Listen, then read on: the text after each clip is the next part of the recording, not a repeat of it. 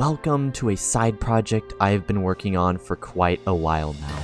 Today, we'll be recreating the Temple of Time from the Legend of Zelda Tears of the Kingdom inside Minecraft. Now, I know this has already been done by the man, the myth, the legend, Grazi, who's been rebuilding all of Breath of the Wild in Minecraft, and I highly recommend his video if you haven't already, where he built the entire Great Sky Island.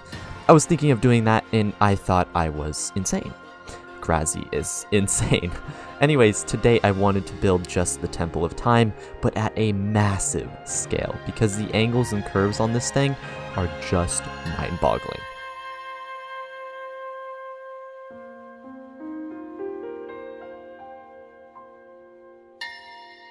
Let's watch the temple go from this, to this, and finally to this.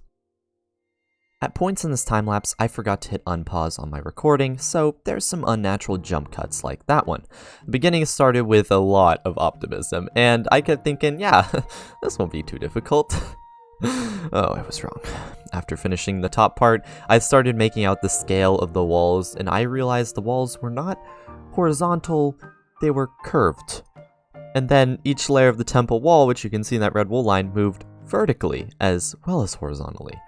And just when I thought things would get easier, I realized the front area curved on 2 axes, with that weird diagonal box thingy happening to be curved on all 3 axes. Minecraft is a game of blocks. This is going to be hard. You'll see me confront more of that box thing later, as I procrastinated it greatly. It was its own nightmare. And after making a few adjustments to this top area design thing, not sure what it is, I flipped it to the other side, and you can see that circus-colored mess on the right. Then I forgot to record again, and we completed the outline to the walls. Believe me when I say that every block here is meticulously placed, very purposely, and I still made numerous mistakes with the end product. And mirroring everything and flipping everything, we got ourselves an outline to the main structure. The bottommost layer is different from all the other wall layers, and it also connects to the front part where you confront the door in the beginning of the game. Almost finishing the whole wall plan, we've just got these 4 spikes going down out of the temple. My guess on the lore is that these spikes were used to anchor the temple into the ground when it was on the ground, though who knows? Okay, let's place some real blocks now. Texturing, I started with something simple, this front area where you fight the little weak Zonai. You'll notice that I'm using a gray palette for this, but if you look in game, you'll notice the color might not be so gray. But Minecraft is limited to what blocks we have, and I wanted this thing to look great. So I had to make do with stone blocks, just because there's a lot of them. Though, if you do look at Tears of the Kingdom at night, you'll notice it's actually kinda gray.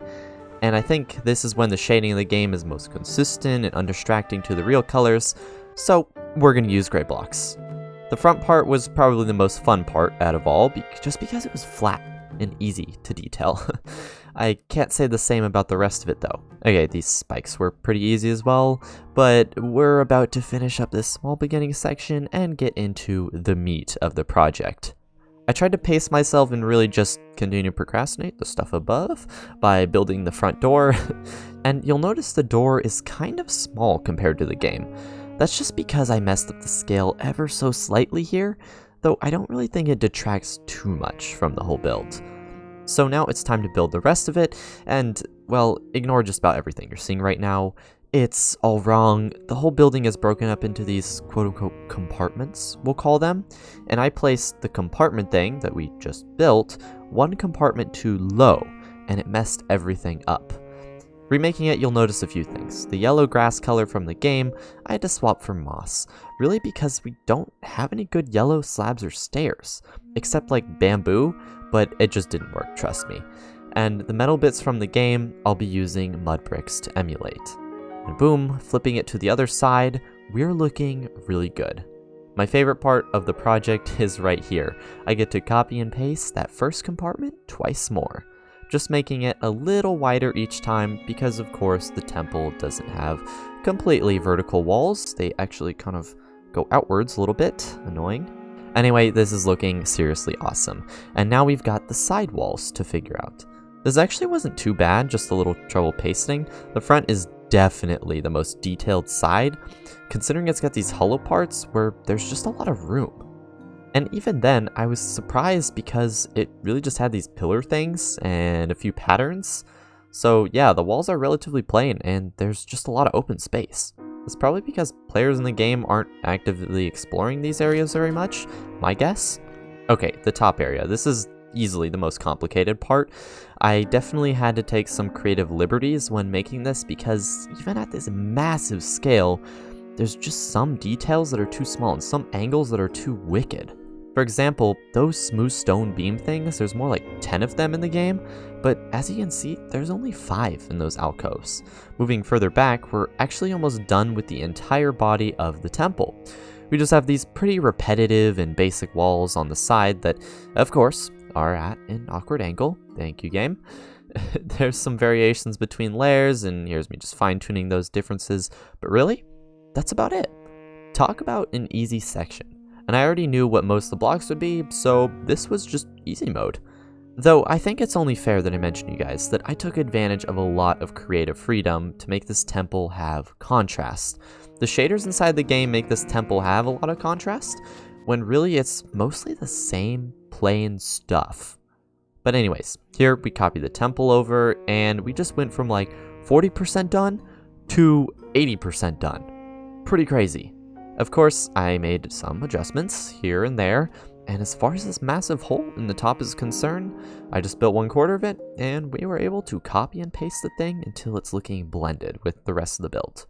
I think a really important aspect to the temple is the bottom side, as it adds that element of story where players imagine a time when the temple was not floating in the sky. So yes, I built all the spikes and things on the bottom of the temple, even if you don't really see it that much. Yeah, figuring out what the bottom looked like was about as difficult as you'd imagine. Okay, the back. Now, hear me out. I'm no Korean. I build the backsides to my builds. Usually. In all seriousness, the backside to the temple is equally as important to the front. If you've played the game, you know why. I did mess up a little and had to make a few minor scaling adjustments due to pasting issues, and here we go, building that final broken bridge area in the back that leads to the altar looking thing. The scale was a bit awkward and some really fine details had to be left out, but I was really happy with how the circular back piece altar thing came out. And of course, fixing the bridge to look much more broken and actually accurate. The last thing to do was build these twisting trees and their branches on the temple, as well as the grass and leaves and all that. It truly just brings the temple to life, literally, and adds that small flair, the much needed finishing piece to finalize the whole temple. But with that, the recreation of the Temple of Time from Tears of the Kingdom in Minecraft is done.